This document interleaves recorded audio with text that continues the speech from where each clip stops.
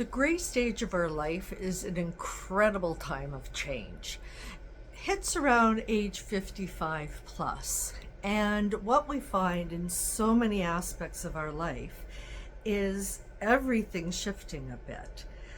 We're shifting from the stage in our lives where it was building. We built our family, we built our home, we built our career. Now we're coming toward the end of that, and it's turning into more of an us or a me time.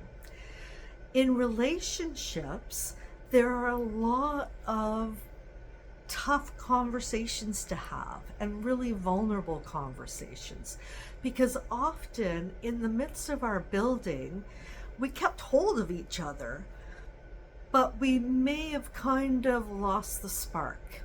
So we're great friends, we're good partners, but maybe we're feeling a little stagnant and maybe comfortable.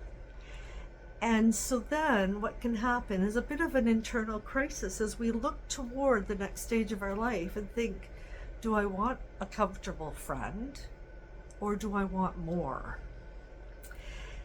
And to plan toward the more means we got to talk about the stuff that we miss and the fun, positive memories that we want more of. But we also need to talk about the stuff that maybe's fallen by the wayside. And those are always the vulnerable things to talk about.